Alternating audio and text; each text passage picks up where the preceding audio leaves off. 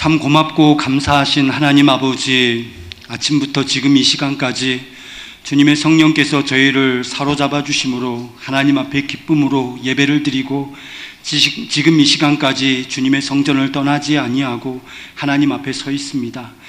하나님, 주님의 성령께서 우리 가운데 충만하게 임재하여 주시어서 우리의 온 삶이 하나님만을 바라보는 귀하고 복된 삶이 될 수 있도록 인도하여 주시옵소서.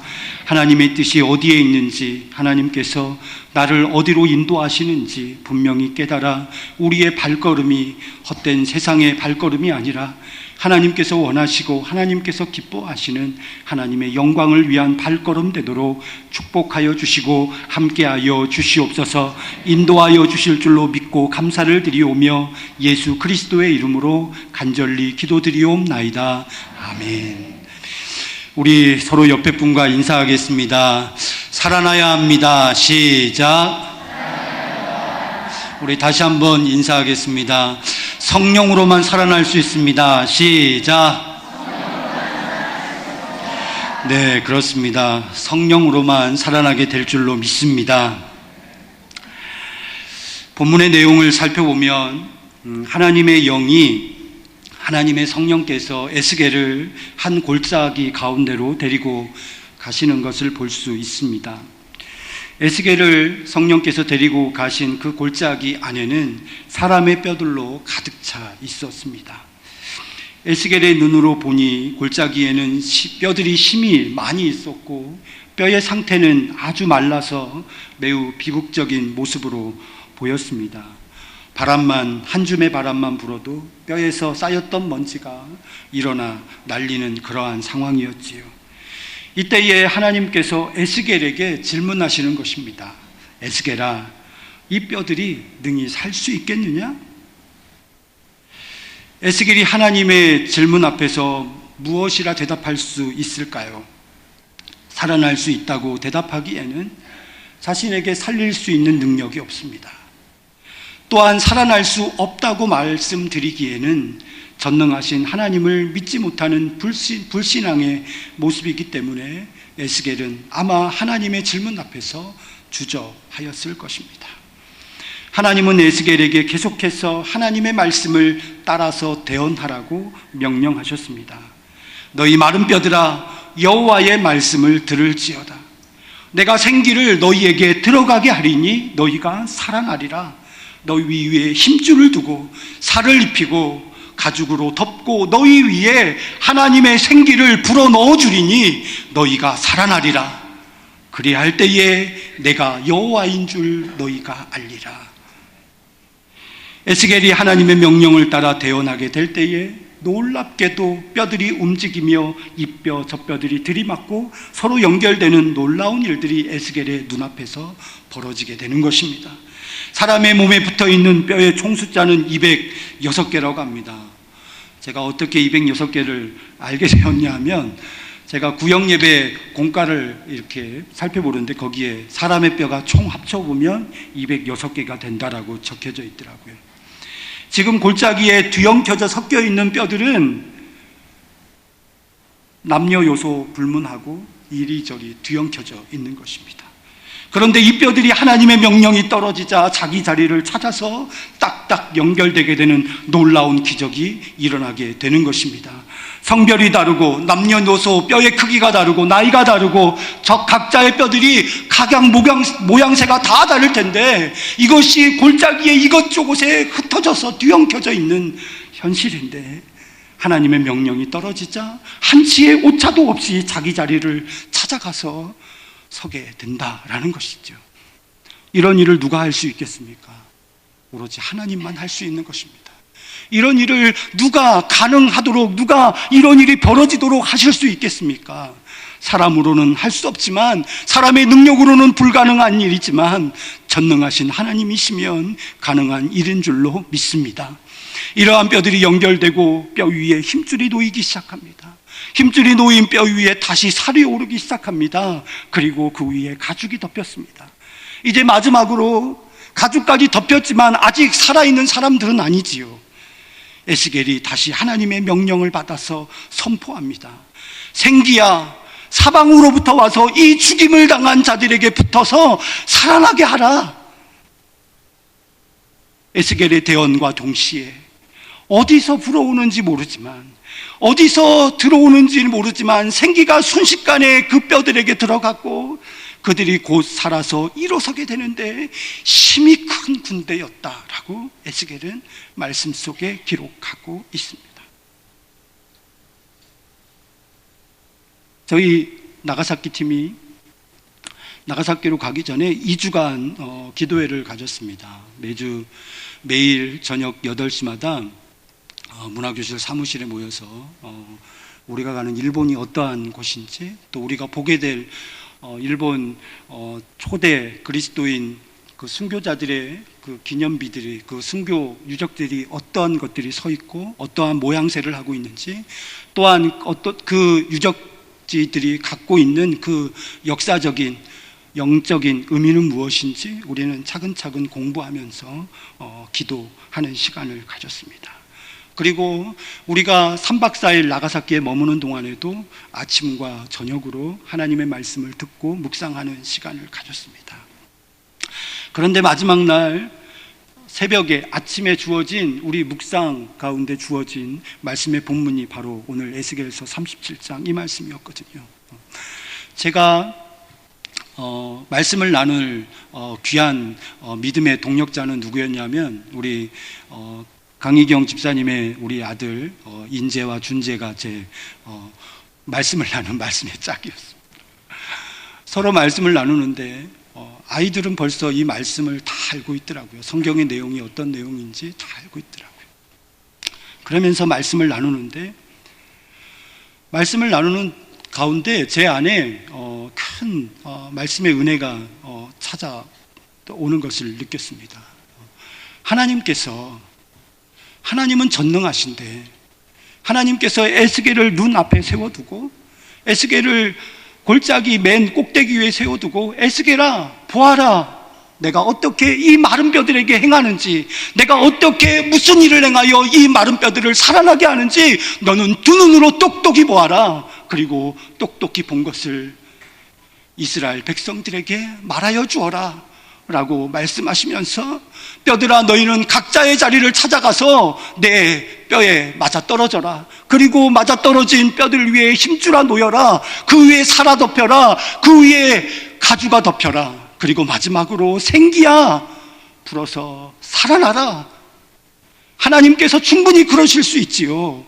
하나님께서 왜 그러지 못하시겠습니까? 하나님께서 그 마른 뼈들, 뒹굴고 있는 먼지 나는 아무리 바삭바삭 말라버린 뼈다귀 조각이라고 할지라도 하나님이시면 그 뼈들을 들이받게 하시고 그 뼈 위에 살을 입히시고 힘줄을 입히시고 가죽을 덮이셔서 마지막으로 하나님의 성령을 불어넣으셔서 얼마든지 하나님의 큰 군대로 일으켜 세우실 수 있는 분이 하나님이십니다. 사람들이 하나님을 찬양하지 않을 때, 예수 그리스도를 찬양하지 않을 때 주님께서 말씀하시기를 잠잠하여라. 너희가 잠잠하면 이 돌들이 하나님을 찬양할 것이다. 예수님께서 말씀하셨듯이 왜 하나님께서 그런 능력이 없으시겠습니까? 하지만 하나님께서는 에스겔아, 내가 어떠한 능력을 가지고 있는지, 내가 얼마나 이 마른 뼈들을 살아나게 할 수 있는 능력을 가진지 너는 내 눈으로 직접 확인내어 보아라. 하나님께서 에스겔에게 말씀하신 것이 아니라, 에스겔아 너는 내 말의 말을 너는 내 입으로 대어나여라.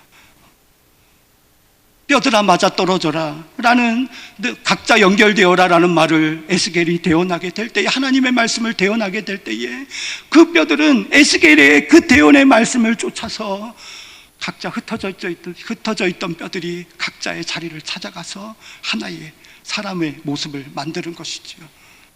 하나님께서 에스겔의 입에 너는 대언하여 말하기를 생기야 사방에서 불어서 이 죽은 자들에게 들어와 살아나게 하라 대언하라 할 때에 에스겔이 하나님의 말씀을 대언하였고, 그때에 알지 못하지만 사방에서 생기가 불어들어와 죽어있는 사람들을 다시 일으켜 세우는 놀라운 역사가 나타나게 되었다라는 것이죠.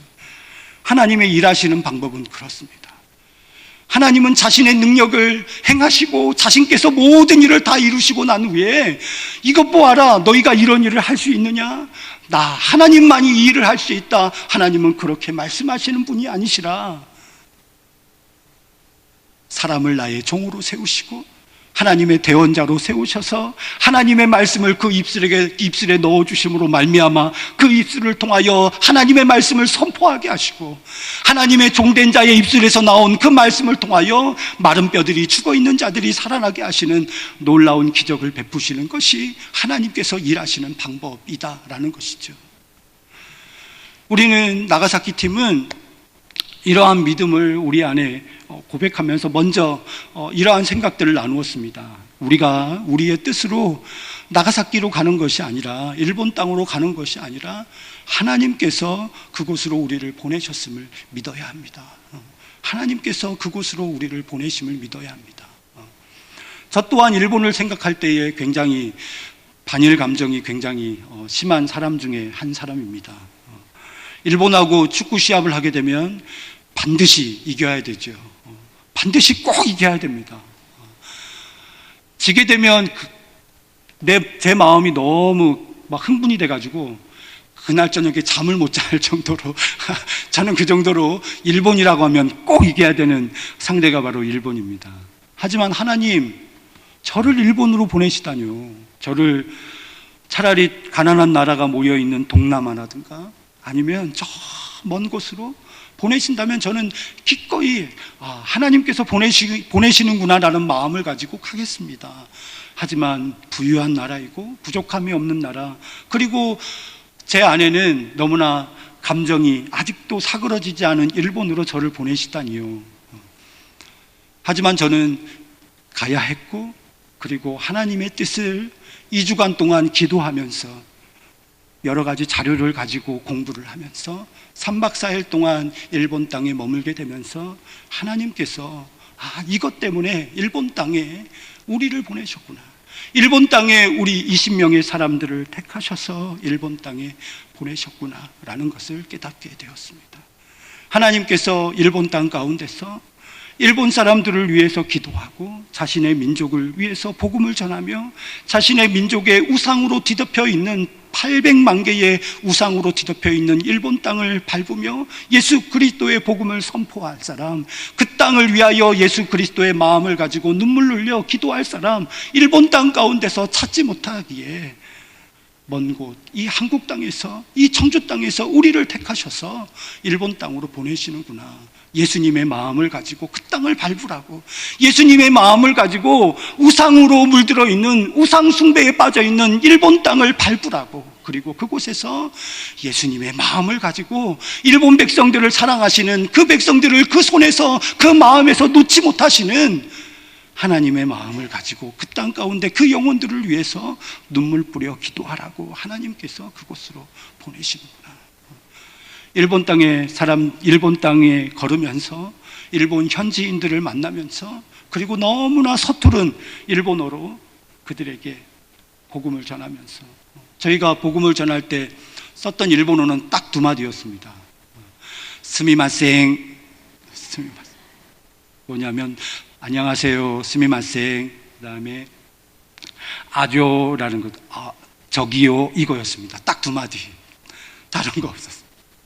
하지만 우리가 전할 때에 일본 현지인들이 반응을 보였고, 우리가 전할 때에 그들이 기쁜 얼굴로 웃는 낯으로 복음 전도지를 받아드는 모습들을 보았습니다.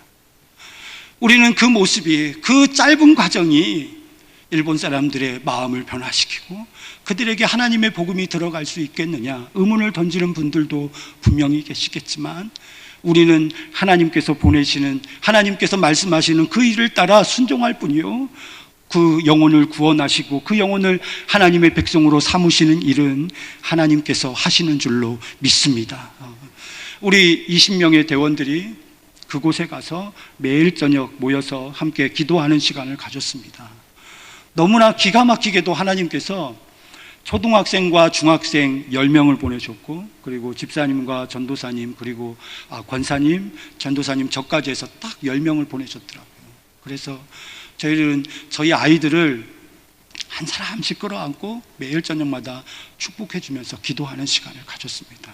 하나님, 이 아이들을 하나님께서 기억하여 주셔서 하나님께서 하나님의 복음의 귀한 일꾼들로 사용하여 주시고, 이 나가사키 땅 일본인 초대 기독교인들이 순교당한 이 순교지를 돌아볼 때에 신앙이 무엇인지, 믿음이 무엇인지, 하나님을 따르는 죽기까지 하나님 앞에 순종하고 하나님을 사랑하는 그 믿음과 신앙이 무엇인지 우리는 알 수 없지만, 이 자녀들의 이 가슴 속에, 이 작은 가슴 속에 하나님께서 불어넣어 주셔서 이들이 평생토록 주님을 떠나지 아니하고 하나님을 섬기는 귀하고 복된 믿음의 자녀들이 되게 해달라고 저희들은 간절히 기도하고 돌아왔습니다.